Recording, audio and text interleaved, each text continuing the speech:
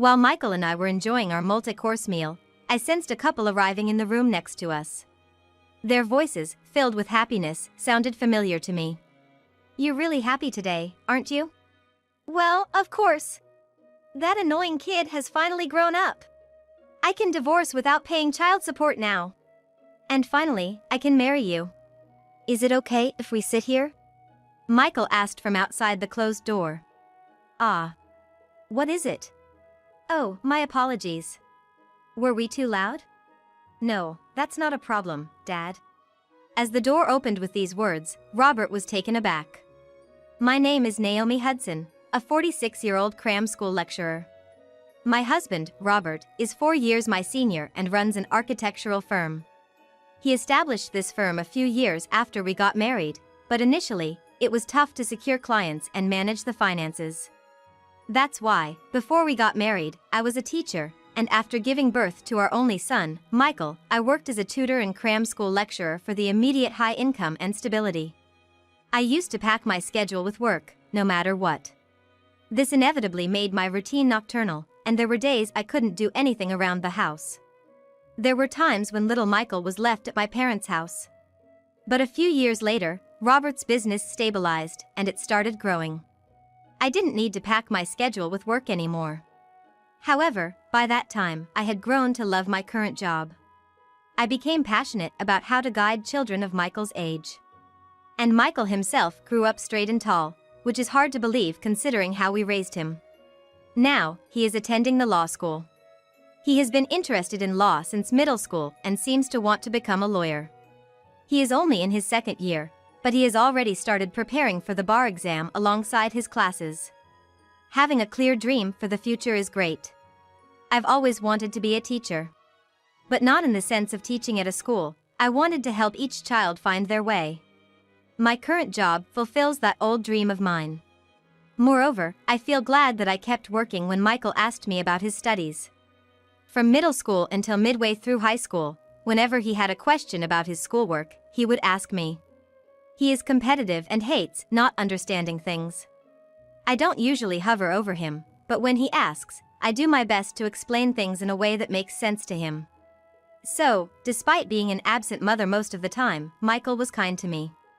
Probably, my mother's parenting while I frequently left him at her house when he was little played a significant role. I'm truly grateful for that.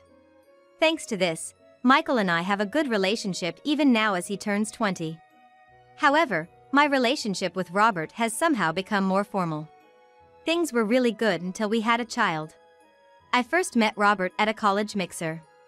He was a young man working at an architectural firm, and his appeal was different from the usual education major guys I knew. He was interested in me because I was a type he had never encountered before. We started dating somewhat casually and eventually got married. But when starting his own firm became a reality, we began to clash. The timing was just bad. It was around the time we were considering enrolling Michael in kindergarten.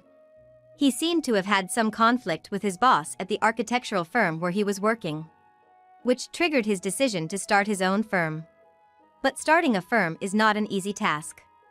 If you're just working for someone else, you simply do the job that's given to you. But if you go independent, first and foremost, you have to find work on your own. Robert surely was skilled as a designer. However, when it came to management, he was nothing more than a novice. I decided to find a job that paid enough to cover all our living expenses. The place I initially chose to work was a tutoring center nearby.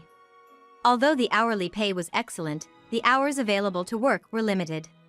When I asked the owner of the tutoring center if I could work more hours, he introduced me to a friend who ran a prep school. From then on, I fully committed to my job. House chores took a back seat. I'd catch up on weekends or have my mom come over to help. By the way, I didn't expect Robert to help with chores. What I wanted from him was to get his newly started design firm on track. Perhaps my attitude seemed spiteful to him. When I'd come home late from work, he used to often remark, "Ah, leaving Michael alone like that, such a good mom, huh?" Such words, especially when he was sipping on his beer, hurt. But I didn't usually retort. I was too exhausted at that time to even think about arguing. Eventually, Robert stopped making such snide remarks. because his design firm was finally starting to thrive. He became busier, often working till the wee hours. "It's easier this way," Michael would often say. My wonderful son, by middle school, had learned to cook and would prepare a late dinner for me. Warm stews in the winter were divine, especially after coming in from the cold. Delicious. You've definitely surpassed me in cooking." And it wasn't just cooking. The house was clean and tidied, and the laundry neatly folded. "Don't worry about it, Mom. I enjoy doing it. It's a good break for me." "You sure? Aren't you missing out on hanging out with your friends?" I'm good. Our school doesn't have many club activities, and I have texting if I need it." "That's how it is?" "Yeah, so don't worry. Anyway, we got our college preference forms. I'd like you to come to the three-way meeting." "Of course." He always steered the conversation towards his studies. However, whenever Robert happened to return home during such times, Michael would generally become moody. "I'm gonna study in my room now." "Hold on, don't you have anything to say to me? You wanna attend the three-way meeting too, Dad?" "I'm busy, obviously can't make it. That's why I told Mom." "That's okay, right? What's with that attitude towards your father?" Michael didn't answer and went into his room. "Naomi, what the heck kind of parenting are you doing?" And thus, Robert would get upset. I wanted to tell him it was merely because he wasn't doing anything. Exactly, he wasn't contributing at all. From living expenses to Michael's school fees, I covered everything. But arguing seemed like such a waste of time. He's just in his rebellious phase. Cut him some slack. I'd often brush it off. Robert would then humph loudly, slump on the couch, pull out a whiskey bottle, and start drinking by himself. Not wanting to see an irate Robert, I'd excuse myself, mentioning work for the next day, and retreat to my room. Yes, by that time, we were sleeping in separate rooms. When the three of us were home, we'd each be in our own rooms. We were now able to live in a sufficiently large apartment. Our family continued to live in this somewhat cold atmosphere. Yet, when Michael got into the university he had been aiming for, we did celebrate together. "Man, getting into a law school is something.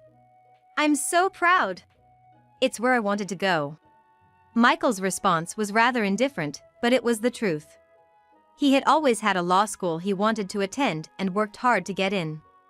Despite this, he didn't attend prep school and studied on his own. "If I don't understand, I mean, I've got a good teacher at home. Why do I need to go out for it?" At most, it was about taking a mock exam to know the national level. "Saved some bucks since you're a cheap one."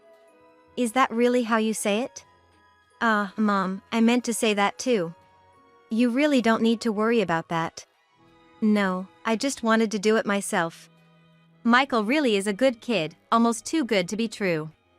In college, he quickly made connections, showed his face in the seminar he wanted to join, and seemed to be getting along well with his seniors. And then came his 21st birthday. He asked to celebrate when he could legally drink. "You've finally reached that age. Let's go have dinner at a nice place tonight." About that. He began and started fiddling with his smartphone. He then showed me the website of a restaurant. "I want to go to this place. A senior who graduated from the seminar I want to join recommended it to me." The place he pointed out was a certain high-end Japanese restaurant. "That place?" I was genuinely surprised. It was a famous spot for multi-course meals, often featured on TV and in magazines. I was thinking of splurging, but that's a bit too much. Don't worry. The lunch menu is quite affordable. Don't you want to try a place like this at least once, Mom? Now that he mentioned it, I had been curious myself. But what about your classes, Michael? It's a special day, right? And you're taking time off work, aren't you? Something felt off about this. That place is really popular, and reservations are hard to get. Are you sure we can get in? I've actually already made a reservation. Saying this, he operated his smartphone again and showed me the reservation screen. Was that your plan all along? I chuckled. On the promised day, We met up a bit earlier than usual lunchtime at a subway exit. Having been working non-stop, I rarely had the chance to dine at fancy places, so I was looking forward to it. "This way," directed Michael, leading me to a building basement, a serene setting.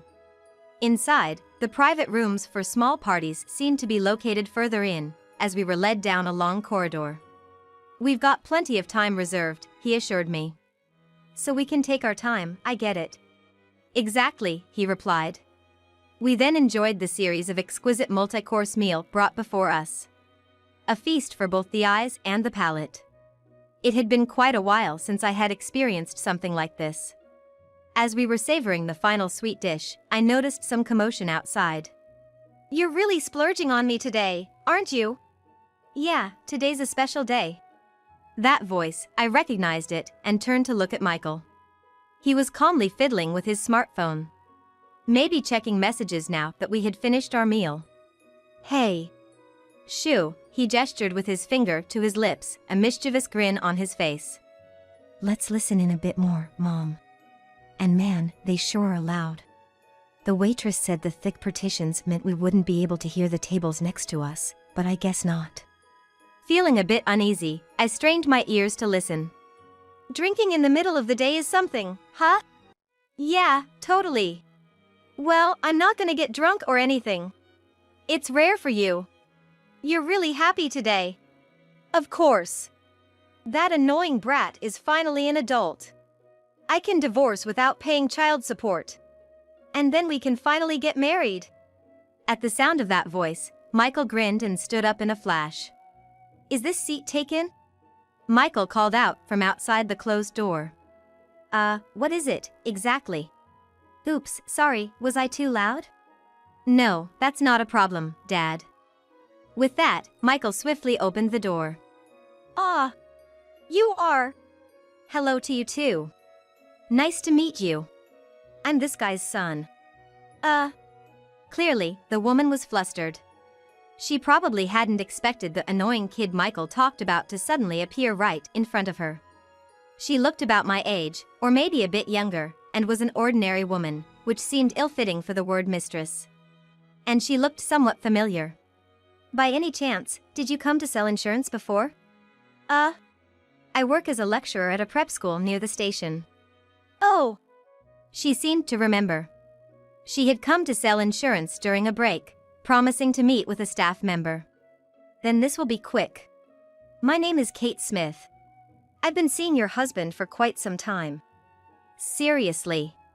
Now that your son is an adult, I think it's time for a divorce." With a brisk tone befitting her job, Kate clearly stated her case to me.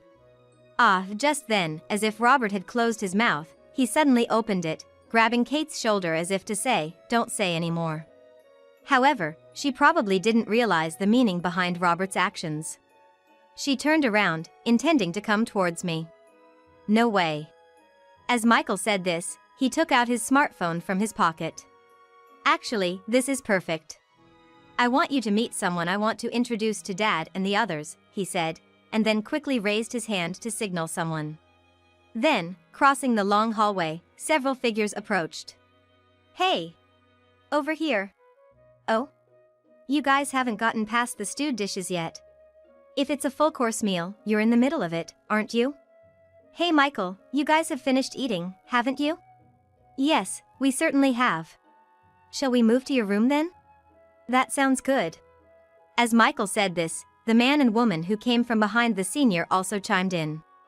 "This is a nice place. Drinking from the afternoon, the boss has it good." "Hey, you guys!" It seems like they were from the architectural office staff. "We also have something to discuss." Saying this, they led Robert and the others out of the other room. In our room, there were myself, Michael, Robert, Kate, the senior, and 2 office members, a total of 7 people gathered. "Mom, Dad, let me introduce you. This is Mr. Young, a senior in the seminar I want to join. He's a lawyer." "Nice to meet you, I am." The lawyer handed out his business cards to all of us, including the architectural office staff. "What's all this about?" "Well, I heard from Michael that there might be a divorce case coming up, so I'm here to say thanks for the work in advance." "Are you kidding me?" No, I'm serious. Actually, aren't you and Mrs. Hudson going to discuss that now that Michael is an adult? Sure, we were talking about that. Saying this, Michael played back the recording of Robert's delighted voice and Kate's words from earlier. Mom, what do you think? Well, surprisingly, my response came out easily. Indeed, it could be said that I had abandoned my role as a wife to Robert quite some time ago. But I had not given up my role as a mother. That's why I wanted to maintain our family. Still, if Michael had arranged this and Robert was willing, I saw no reason to continue. Mr. Young, do you have a divorce form? Actually, I do have one here. Thank you. I swiftly wrote my name on it. Mom, you're so understanding and quick to act. Don't flatter me, you won't get anything more out of me today. Then, Mr. Young handed the signed paper to Robert, saying, I presume you want this as well? Here you go. Yes. Robert took the pen with trembling hands and signed. Thank you very much. So this means he's free after submitting this, right? Kate leaned in. Yes, that's right. Well, there are a few things we need you to do. What do you mean? Certainly, Naomi doesn't need child support from Michael anymore. However, she has the right to claim alimony from you too. What? If it's about the breakdown of the marriage, Naomi is in the same boat. That's not true. The lawyer cut in sharply. Robert's affair, not contributing financially to the household, those are grounds for alimony. An affair? And financial abuse? Come on, Robert. And Kate, was it? You guys admitted earlier that you've been together for a while now. That's an affair. There, the "we've been together for a while" part was played back. Kate gasped. Thinking you shouldn't have said that? I've known about this for a long time. That's why I asked Mom to celebrate my birthday here today. You little! I've checked the bank and the household ledger. Everything for our living expenses comes from Mom's account, including my tuition. Everything of yours goes to work and whatnot. Yet, you eat at home without question, get your laundry done, right? Look, I've been raised all along with Mom's money. Robert had no words to return to Michael's relentless statements. When on earth did he check the bank books? Indeed, I had been paying for everything in our household. Rent for the increasingly spacious apartment, groceries, utilities, so, in that sense, you've been living off me, haven't you? These words unconsciously slipped from my mouth. Living off you? That's a horrible way to put it. But isn't it true? You've been doing your favorite job all along, spending all your earnings there. Yet, you live in the apartment I rent, eat the food I buy. Clothes, well, you probably buy those yourself, but the laundry is done at our place, right? Which part of this is not living off someone? I suddenly found the hole. Why have I continued this married life up until now? Things would have been so much simpler and more comfortable if I'd just lived with Michael from the start. Undergoing a sudden change in demeanor, I left Robert and Kate utterly dumbfounded. I'm sorry, Michael. I didn't realize all this. And Mr. Young, I'd like to request a divorce not just for infidelity, but also for financial abuse, and I want to claim alimony. Leave it to me. Well then, Mom, we're done here with our meal and our business, let's go home. Is it okay to leave your senior colleague? He still has business with these two. I turned my attention to a man and a woman brought over by Mr. Young. They gave me a slight bow. Nice to meet you, we are architects from the office. Oh, is that so? Nice to meet you. But, what exactly is? Yes, we are considering leaving to start our own practice, but we've been having trouble settling matters, so we wanted to consult. Realizing what was going on, I left the dumbstruck Robert and Kate behind and left the scene. On the way home, I asked Michael, "Did you introduce Mr. Young to those two staff members?" "Well, yeah." He chuckled. "I realized Dad was having an affair quite some time ago. I was mad, but I didn't know how to handle it. Then, I got interested in law and lawyers. When I got into college, I found a professor whose seminar I thought would be helpful, and I explained my situation. He told me know your enemy first. So, I started investigating everything around Dad. That's when I came across those two having a conflict with him. And you introduced them to Mr. Young? Yeah. It's better to deal a blow all at once in these situations. I was astonished at how much he'd grown without me realizing. But Michael, if you knew about Dad's affair, you should have talked to me first. Well, our daily life was stable, and I just didn't have the courage to ask you about your feelings. I ruffled his hair affectionately. I see. Then I need to respond to your feelings as well. Saying that, I made calls to both my parents and my in-laws' houses. Hello, it's been a while. This is Naomi. Actually, soon after, our divorce was finalized, and Robert had to move out of the house. That was only natural since the house was rented under my name, not his. From then on, I heard he was staying at the office. Moreover, Robert faced even more damage later on. First, there were those two architects. They were the main workforce of the current office, and they didn't want to let them go.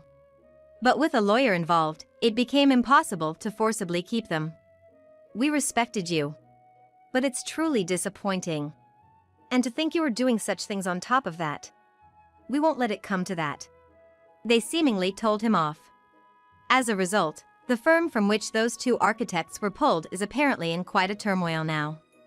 From the heydays to rock bottom in an instant. From now on, they'll have to pull out all the stops to get the firm back on track. Maintaining the firm itself seems to be a headache. The severance pay for them, the alimony for me, and the maintenance of the office building, which presupposes a certain number of people. There are a lot of expenses at the moment, but as an employer, they still have to protect the remaining staff. However, now that a considerable amount of work was entrusted to those two, what Robert and the other staff can do is quite limited.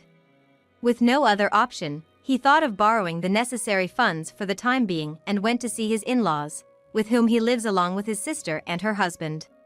There, he was severely reprimanded by both my father-in-law, furious about the recent turn of events, and my mother-in-law, who adores their grandson.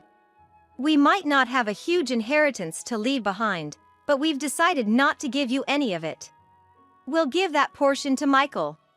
So said, Michael, who went to see how things were, came back reporting with glee.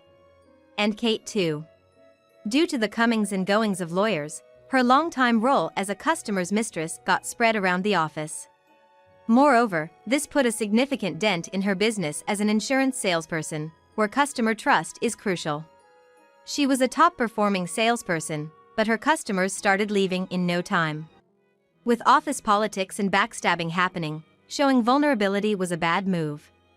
Her salary has decreased, and on top of that, she has to pay alimony. Thanks to all this, her relationship with Robert is now quite strained.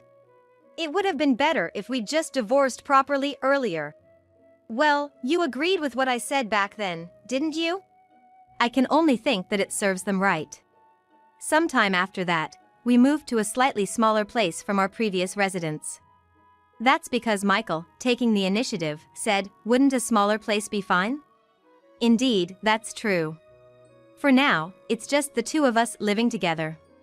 I'm sure this thoughtful and well-prepared Michael will pass his bar exam early. And someday, he'll get a girlfriend, get married, and leave my nest to stand on his own. When that time comes, I'll be the only one left. There's no use in having a too spacious house for just myself. From now on, there's no deadweight named Robert. For a while, it's just going to be Michael and me in our cozy little space, living a joyful life.